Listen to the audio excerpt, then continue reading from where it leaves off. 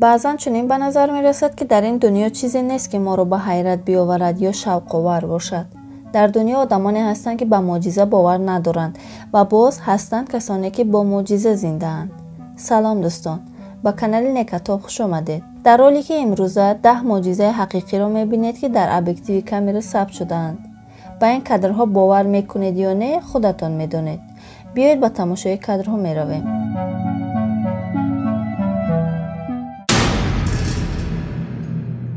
در وقت کرونا باید چیکار کنیم؟ در خانه نشینیم و به گیگین شخصی رعایت کنیم و اینچنین همراه با یک ایکس غالب شویم. فوتبال ها بر وقت دیگر گذرانیده شدند، اما کیبر سپورت ادامه دارد و برای در آن غالب شدنتان با پروموکد Necatop در اولین پرداختتان شما میتوانید تا $100 تحفه گیرید و در سیلک در زیر کامنتاری بوده در آمده همراه با بازی ویرتوالی غالب گردید. یک گروه توریستان در دولت‌های اروپا یک حادثه عجیب در آسمان را ثبت کردند. در این صحنه معلوم است که آسمان شکافته شده از آن نور به شکل آدم میبراید. آسمان با ابرهای سیاه پوشیده بود که پیدایش این نور را روشن‌تر میکرد.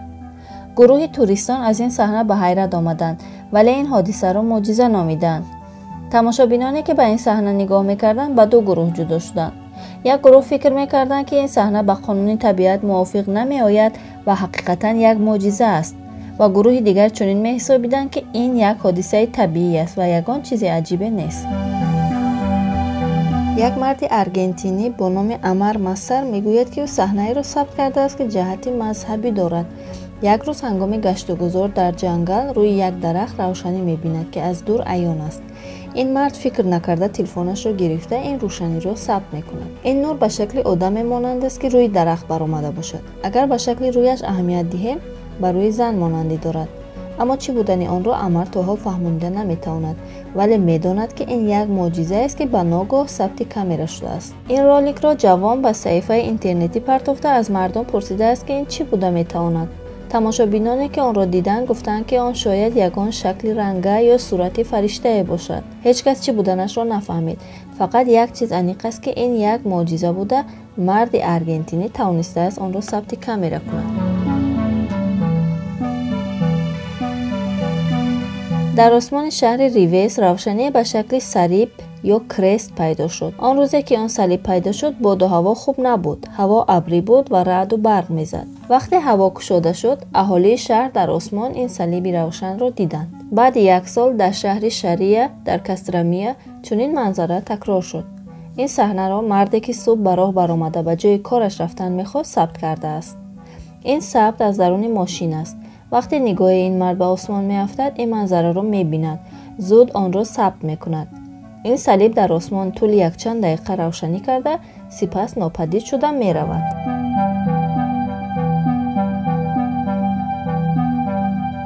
اهالی کانادا حادثه عجیبی را شاهد شدند. دو آتش در آسمان پیش میرفتند که از پس آنها دود پیدا میشد. این دو آتش با یک رشته انرژتیکی پیوست شده بودند که با نگاه اول به رعد و برق مانندی داشت. شخصی که این منظره را ثبت کرده بود خیلی حیران بود و فکر میکرد که این یک معجزه است. بجز این درباره این منظره فکری دیگری به خاطرش نمی رسید.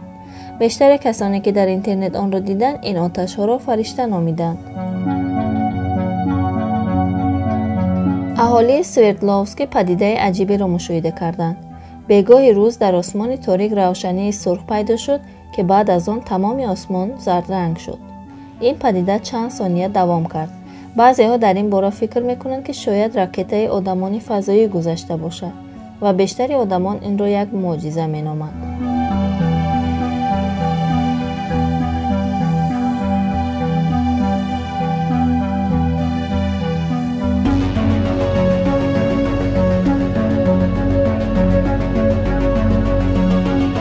این حادثه کمیاب و زیبای طبیعت را در شهر کالگاری دولتی آلبرتا توانستند که ثبت کنند. یکی از اهالی کامera را در طول چند دقیقه نگاه داشته این منظره را کامera کرده است. در کادر چنین می‌نماید که گویا ابرها به زمین می‌فرایند. اینجا ابر پر از باران دیده می‌شود که با وزیدن شمال حرکت کرده در یک منطقه باران خود را بریده ایستاده است. در قسم‌های دیگری آسمان باشد آفتاب نورپاشی دارد. حادثه‌های روزانه طبیعت همه‌شان همیشه زیبا هستند. یکی از اهالی کالیفرنیا در میانه‌های ماه دکامبر در آسمان روشنی را دید که گویا روی زمین می‌افتاد و از پس آن نور دم مانند دوام می‌کرد. ناوابسته به آنکه آن بگاه هوا ابری بود، اما این روشنی خیلی خوب به نظر می رسید. این زن که از این منظره حیران شده بود آن را در اینترنت گذاشت و معلوم شد که شخصان زیادی آن روز این صحنه را دیدند، اما چی بودن آن تا حال یک معما باقی مانده است.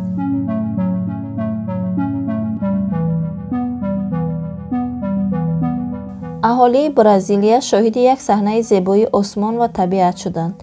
در وقت فرو رفتن آفتاب همه آسمان به رنگ سرخ درآمد.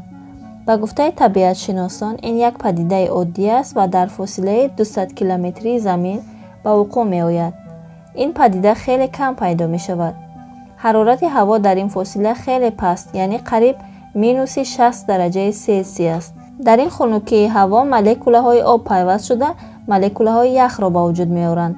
نور آفتاب وقتی از این مولکوله های یخ شده میتابد این رنگ های زیبا حاصل می شوند و ابرهایی که در آسمان در برابر این رنگ ها قرار می گیرند این صحنه زیبای طبیعت را به وجود می آورند.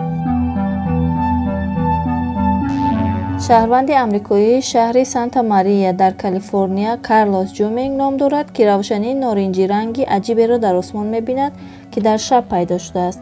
این روشنی خیابان را هم روشن کرده است. از درون ماشین آن را ثبت کردند که گاه گاه در پشت درختها گم می شود. کاربران اینترنتی این را یک پدیده طبیعی نامیدند که خیلی زیبا به نظر می رسید، اما از کجا پیدا شدن این روشنی را کسی نفهمید و فهمانده هم نتوانست.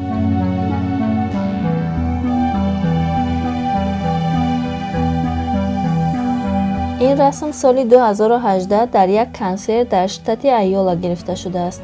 در کنسرت هنرنمایی این گروه ثبت شده است که در کادر آن یک شکل عجیب در وقت سرودن گروهی رپ مسیحی پیدا شده است.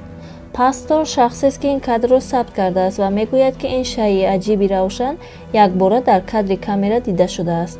بسیار شخصانی که این ویدیو را دیدند فکر کردند که این یک معجزه است و در حقیقت فرشته در کامera آمده است و بعضی دیگر فکر دارند که این فوتومونتاژ است. دوستان شما چه فکر دارید درباره رولیک امروزه؟ فکر خود را در کامنتاری نویسید. لایک ماندن و ابونه شدن را فراموش نکنید. تا دیدار نوبتی خیر.